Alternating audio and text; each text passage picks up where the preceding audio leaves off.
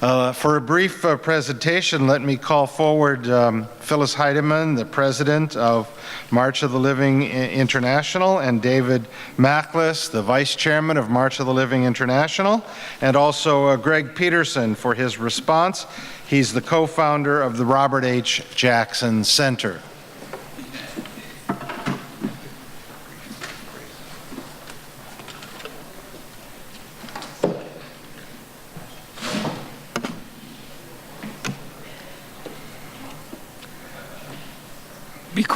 Because of the lateness of the hour and my terrible voice of laryngitis, I've been asked to speak briefly and quickly. I will do my best. My intention was to speak about the March of the Living and its link to Robert H. Jackson and the Robert Jackson Center that was established in 2001 to honor and continue the legacy of Justice Robert H. Jackson. We heard before the wrongs which we seek to condemn and punish have been so calculated and so devastated that civilization cannot tolerate them being ignored because it cannot survive them being repeated. They indeed have been repeated, but also have been ignored in greater and greater numbers. The ADL 2014 100 study, surveying people from 100 countries around the world, only 54% of those people polled globally have ever heard of the Shoah. But it gets even worse than that. Among those who have heard of the Shoah, 32% believe it is either a myth or has been greatly exaggerated. Being ignored assures they're being repeated. And that is why the March of the Living exists, to ensure that they are not ignored for the betterment of humankind. Justice Jackson indeed recognized that the Holocaust is not a Jewish issue, but it is a universal issue. We must learn from the past so that a more tolerant and just society will evolve for all humankind. Less than 8 months after Justice Jackson returned from Nuremberg, he was the guest of honor at a UJA New York dinner held at the Waldorf Astoria. And I tell you, there couldn't be a better fundraiser. There couldn't be a better fundraiser to help generate funds for the relief, rehabilitation, and resettlement of Jewish survivors. The goal for UJ in New York was to raise $65 million as part of a national campaign of raising $170 million. Here is Justice Robert H. Jackson, the fundraiser. They are hated aliens in the land where we now find them, and they have become unwelcome aliens in the lands from which they were taken. And there they are, huddled into camps where they cannot stay permanently, with no means to go elsewhere and no place open to them if they had the means to go elsewhere. Adequate justice to these surviving people can never be done, but to give them existing in suspense is a form of mental torture almost as harrowing as that which the Nazis inflicted. Just a moment regarding this $170 million. $170 million in 1946 at an average inflation rate of 3.54% over this period of 70 years was a nice sum of money. It was actually $1,900,000,000 rounded to the nearest million. A major objective of the march is to pay tribute to the courage of those who survived the Holocaust and who rebuilt their lives despite the haunting memories of the past.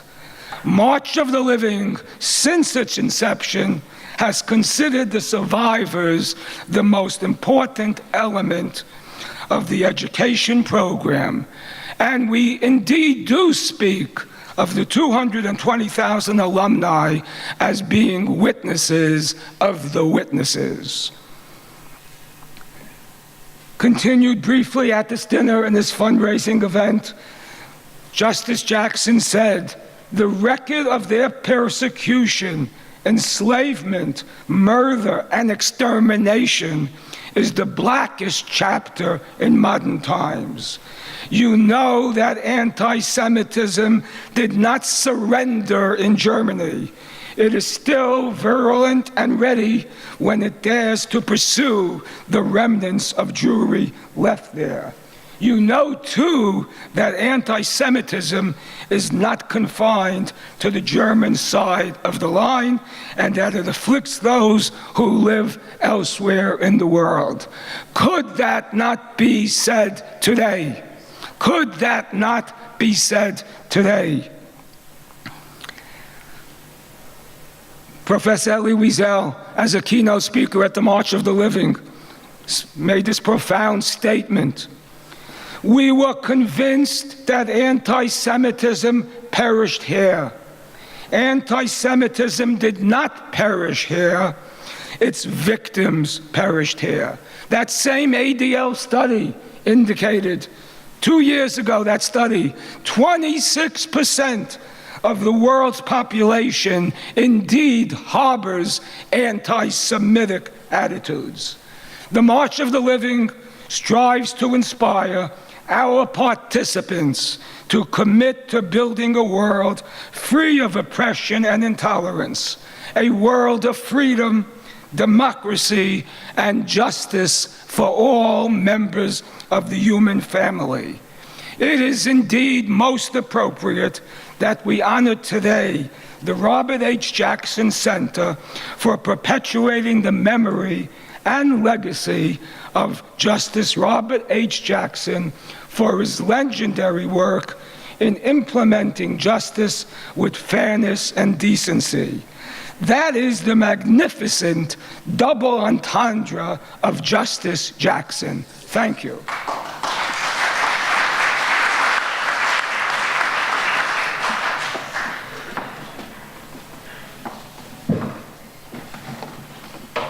Oh, yay. I'm not going to keep you any longer than absolutely necessary.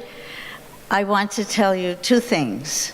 We at the March of the Living, I think you've gleaned today, those of you who are first-time visitors and participants, we are dedicated to memory, to the memory of our ancestors, to the memory of our past, to the memory of the acts against us and for us, on a positive note. We educate our students, as you have heard, to accept the future, to take their social responsibility, and to make sure that such a horrendous act never again occurs in history. I have a whole wonderful applauding speech about the March of the Living, which I'm not going to share with you today because you've heard everything that you need to hear. It is our responsibility, it is the legacy to our ancestors, those who perished and those who had the blessing to survive, that we take a stand, we never remain silent, we never forget, and we commit ourselves to always remember. We at the March of the Living are very grateful for the friends, the personal, individual, communal, and institutional friends that we have gathered and we have made around the world. The Robert H. Jackson Center, founded by Greg Peterson, has become a partner with the March of the Living. They carry our message, they believe in our mission, and together I believe we will make great inroads in the future.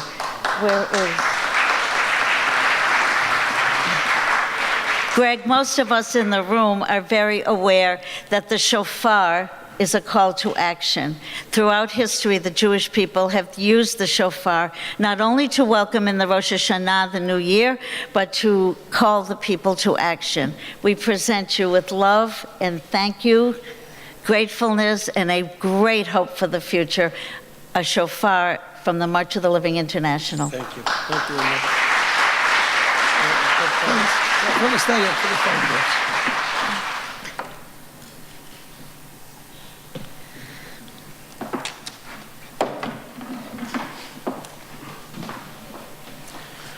Oh, to Mrs. Heideman, Dr. Machlis, and all the representatives of the Raoul Wallenberg Centre for Human Rights and the university officials who have hosted this amazing event. Good news, Dr. Machlis called me a week ago, and he said, Greg, I got to remind you that the mind can absorb only what the rear can endure. So you have all of 5 minutes or less. So I'm going to take that to heart. I really am just so thrilled to accept this extreme honor on behalf of the Robert H. Jackson Center, which includes fellow board member Professor Barrett, who you heard earlier today. We've been so welcomed among all of these organizations, and especially Eli and to Dr. Machlis, who've extended themselves tremendously, as well as everybody else on so many fronts. The mission of the Robert H. Jackson Center is to advance public awareness and appreciation of the principles of justice and rule of law as embodied in the achievement and legacy of Robert Jackson. A legacy which is manifested in his life story, recently portrayed in a PBS documentary, hopefully you'll have a chance to see at some point, entitled Liberty Under Law. Liberty Under Law, the Robert H. Jackson story, which highlights the fact that he is the answer for folks in America to the jeopardy question. Named the only person in the history of the United States to be Solicitor General, Attorney General, and a Justice of the Supreme Court. Amazing for a guy who never went to college, never graduated from law school, but he pulled himself up by the bootstraps, and you heard much about that today from Professor Barrett. But most importantly, his greatest achievement, as he wrote to several, was his time as the chief American prosecutor at the Nuremberg trial. Though I know it has been repeated several times, it's in the program, but let me repeat it again because it is so important. That 4 great nations, flushed with victory and stung, that 4 great nations flushed with victory and stung with injury, stay the hand of vengeance and voluntarily submit their captive enemies to the judgment of the law is one of the most significant tributes that power has ever paid to reason. When it came to crimes against the Jews, he was the first to go out of its way to highlight this. And he said, let there be no misunderstanding about the charge of persecuting Jews. What we charge against these defendants is not those arrogances and pretensions which frequently accompany the intermingling of different peoples and which are likely, despite the honest efforts of government, to produce regrettable crimes and convulsions. It is my purpose to show a plan and a design to which all Nazis were fanatically committed to annihilate all Jewish people. These crimes were organized and promoted by the party leadership, executed and protected by the Nazi officials, as we shall convince you by written orders of the secret state police itself. The persecution of the Jews was a continuous and a deliberate policy. This speech, followed up by the evidence which was presented at the Nuremberg trial, certainly lays hollow any effects and opportunity of a Holocaust denier. Robert Jackson lived a life. Robert Jackson's rule of his life was that the rule of law is one he practiced in speech and in his activities. Dr. Michael Berenbaum, who was here earlier, and it was thrilled for me to catch up with him, gave pause to when we began in 2001. He came to the Jackson Center and said, he sat down and gave us 15 bullet points that we need to accomplish to make the Robert Jackson Center be effective. Foremost was the fact you got to underscore the message of the Nuremberg trial to its relevance today. We've attempted to do that on many fronts, but I see Prosecutor Ocampo here, and he joined us at our first International Humanitarian Law Dialogues. And the Robert H. Jackson Center has supported and continues to support 10 of those International Humanitarian Law Dialogues, with this year being in Nuremberg, where we'll pause and reflect on the legacy of the Nuremberg trial and its rule of law. And thank you, Professor Ocampo, for all of that encouragement. We look forward to enhancing the mission of the Robert H. Jackson Center by collaboration with many of the organizations which I've had the opportunity to meet, to help them in fighting indifference, racism, injustice, and advancing the high standard of recognition of the rule of law. As Justice Abella said, it's the just rule of law. The Robert H. Jackson Center envisions a global society where the universal principles of equality, fairness, and justice prevail. On behalf of the Robert H. Jackson Center, I want to thank you. I want to thank the March of the Living and all the related entities for all that they have accomplished and providing us with this extraordinary award, and we look forward to living up to the highest mission and standards of everyone here. Thank you very much.